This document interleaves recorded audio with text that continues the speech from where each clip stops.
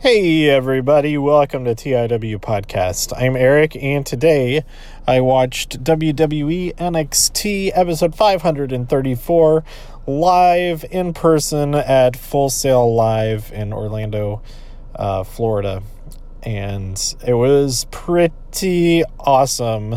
So much stuff happened. We had two dark matches to open the night. Those dark matches were... I wrote them down. Daniel Vito versus Dexter Lumis, and Dexter won that match. Then we had Catalina without the mask, as we've seen her the last couple of weeks, paired with Sin Cara. Catalina versus Chelsea Green, and Chelsea won that match. So those are both pretty fun. Nice warm-ups, and I enjoyed them. Then we opened up the night with Angel Garza challenging for the NXT Cruiserweight Championship, challenging the champion, Lio Rush. And this match was ridiculous. It was awesome. Go watch this match. It was awesome.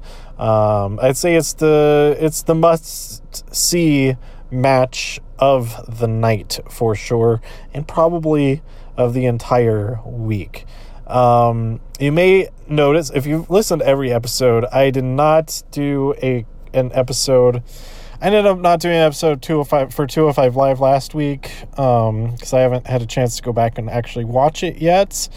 The broadcast version, I saw it in person. From what I understand, the Tony Nese versus Angel Garza match that took place on NXT was replayed on 205 Live to fill out the hour, which to me that makes sense. It was kind of a last minute thing to add that, so they couldn't film an entire hour on before the show started. I saw that somebody noted that starting in January, that the start times for NXT are at 6:30 instead of 7:30. So that could mean that they're going to move to permanently film 205 Live beforehand. But that's just conjecture. There's no actual confirmation of that happening or not. So we'll see what happens there. But so yeah, I haven't watched the broadcast version of NXT of 205 Live yet from last week, and I have not watched Raw. I've seen some, mostly GIFs, maybe a couple of clips here and there, but in general, I did not watch the entire episode. I started watching it on on Hulu, but I did not get far. I have it downloaded, but this week, I'm going to watch it, but no episode about it, because I'm going to have watched it after a whole bunch of other stuff anyway. So sorry about that if you're really clamoring to hear my thoughts on the pre-taped UK show that I read the spoilers for on Friday after I watched SmackDown. I watched SmackDown without any spoilers. So that was nice, but I knew it was going to be close to impossible to make it through the whole weekend without getting any spoilers on that. So after, unfortunately, Kristen, who was able to come to the show again this week, so awesome. It's always great seeing her and spending time with her.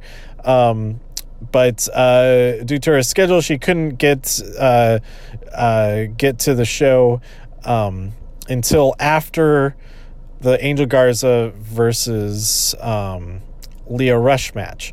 But she got to see the entire rest of the show, and the rest of the show is pretty awesome as well. If I can remember everything that happens, let's see. We had Aaliyah versus Xia Li. There's some good stuff in there, but Aaliyah's face ended up getting busted open there at the end. So there was a little bit of there's some medical attention that was paid to her, but yeah, I enjoyed the match overall. It's always fun to see Xia Li in action. I'm pretty sure that I saw her fight in the Worlds Collide thing that they did during WrestleMania Access this past year, and I think that's the only time I've actually seen her in person perform. So that was nice to see her there in action this weekend as well. Or not the weekend. It's not the weekends. This show as well. Let's see who else had matches. There is so much. We ended up with Roderick Strong versus Keith Lee, which was it was a lot longer than I was expecting it to be. Not a bad thing. There's some pretty great stuff that went down. Both of them went down hard to the mat several times. And yeah, it was pretty solid. I'd say the length, I think maybe seeing it live, the length was more apparent because of the commercial breaks. And that made it feel a little bit like it was dragging. But it was just dragging in the parts that were during commercials. And I assume that they weren't picture-in-picture commercials, but I might confirm that or otherwise. Oh, my vehicle is doing the thing where it's saying, hey, it's going to turn off unless you hit OK. And I think we're good for like the rest of however long I want the car to be on. You only have to do that the once. But anyway, yeah, that match was pretty solid. Then we had Isaiah Swerve Scott versus Bronson Reed, and that had some great stuff throughout it. And I can't remember. Man, I only took notes during the dark matches because I knew I wouldn't be able to actually watch those again or anything. Not that I went back and watched anything from the broadcast show, but I don't remember. I feel like there was supposed to be Pete Dunne versus Killian Dane, but it was interrupted before it even started. Damian Priest came out and attacked both of them, mainly Pete Dunne, but a lot of that story continues with them all three of them not getting along with each other. There's a showdown between Finn Balor. Finn Balor appearance. He is attacked by Matt Riddle as he is talking some smack about Matt Riddle. Big old brawl broke down with Undisputed coming out. Ciampa and Keith Lee come out, and we get a bit of a standoff between those two groups, and that's how it led into Roderick Strong versus Keith Lee. Undisputed Era tried to interfere, but Ciampa and Keith Lee came out to neutralize them. Then Finn Balor came out again and started attacking some people.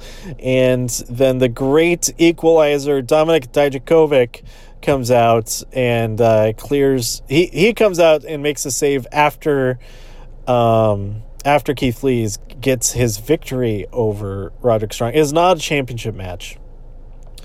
But this could lead eventually to a championship match, I would think.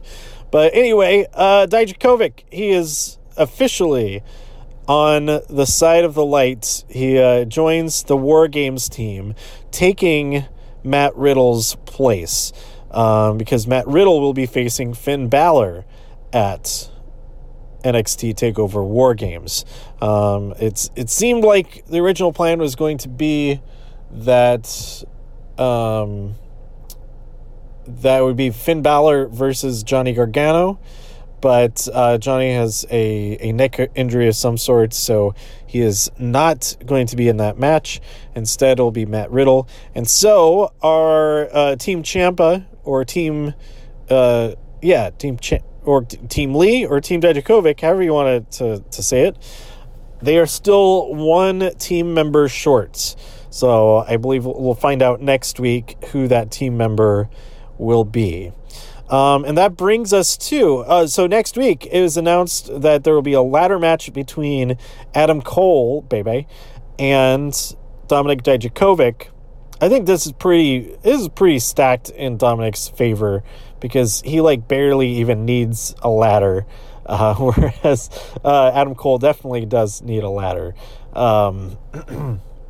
He's like twice his height. I feel like what I'm picturing in my head is that Dominik Dijakovic is the size of two Adam Coles stacked on top of each other. Maybe piggyback, so it's not the entire full body length, but it's at least it's at least a torso higher, taller.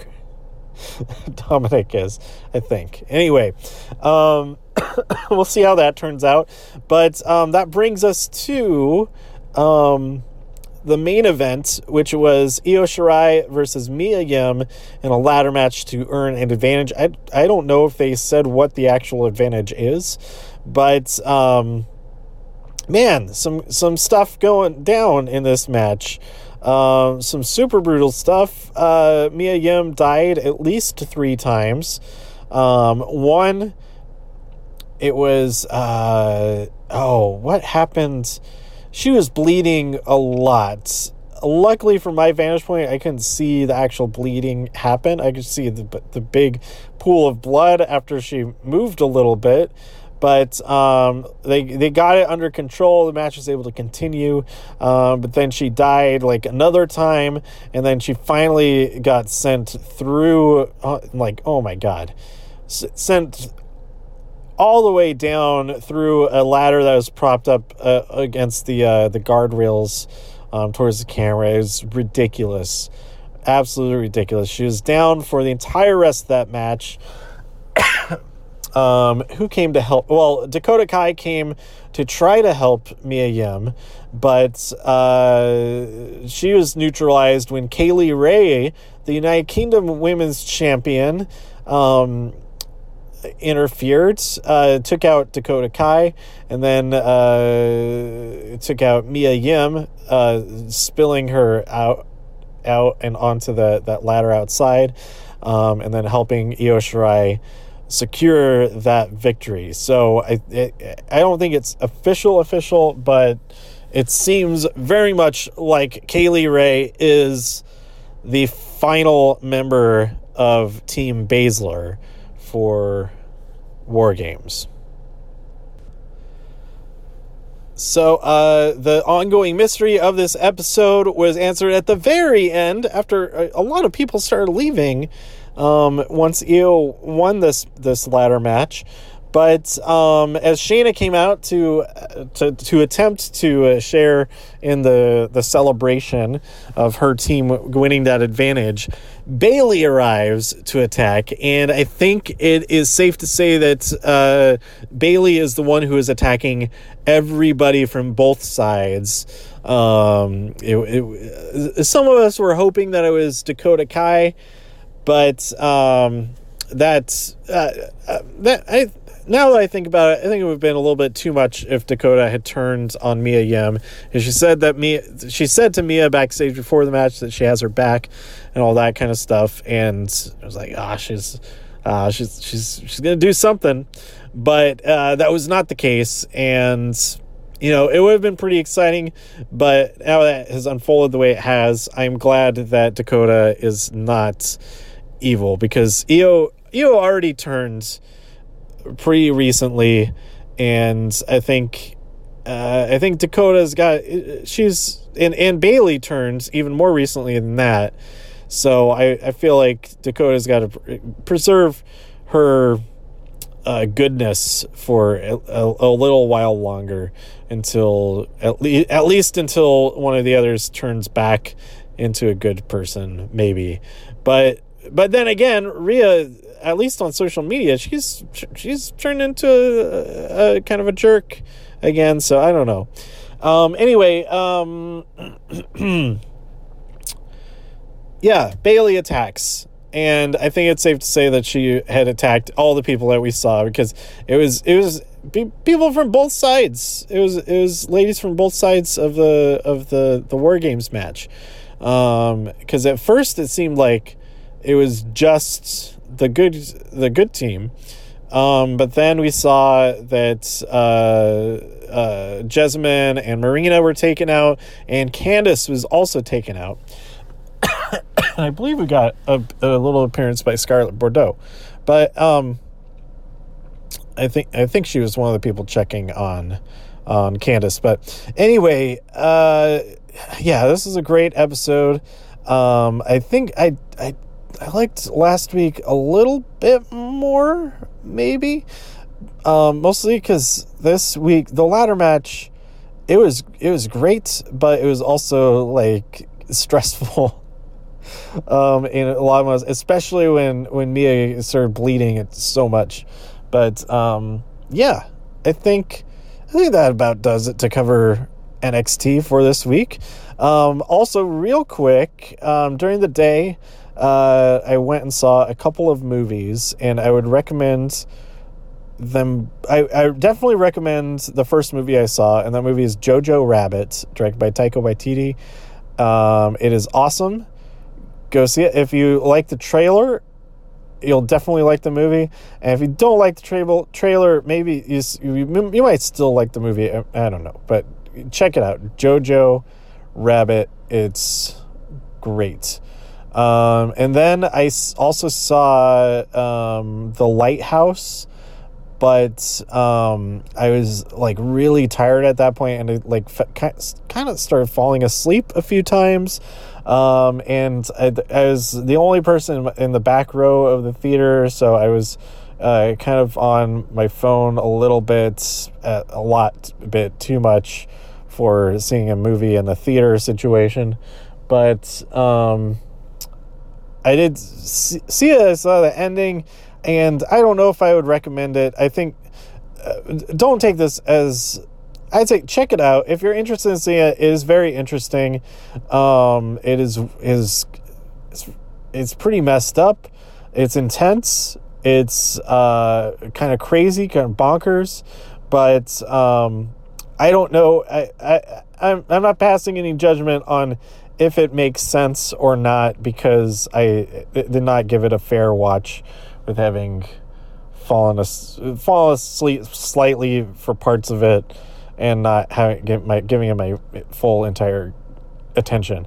So in the future, if I do the same thing that I did today, go see a movie during the day, I don't think that I will see two movies like I did this time. I'll just see one movie and then have a nice long lunch before I head to the other side of town for NXT. So that is it. Let me know what you thought about all this stuff by tweeting me at TIW Podcast. Go to TIWpodcast.com for more reviews. If you enjoyed this episode or anything else on the site, please share some links with your friends. Subscribe on iTunes, Spotify, Stitcher, YouTube, wherever you like to listen. Stay safe out there in all the infinite multiverses, and I'll see you next time here on TIW Podcast. Bye.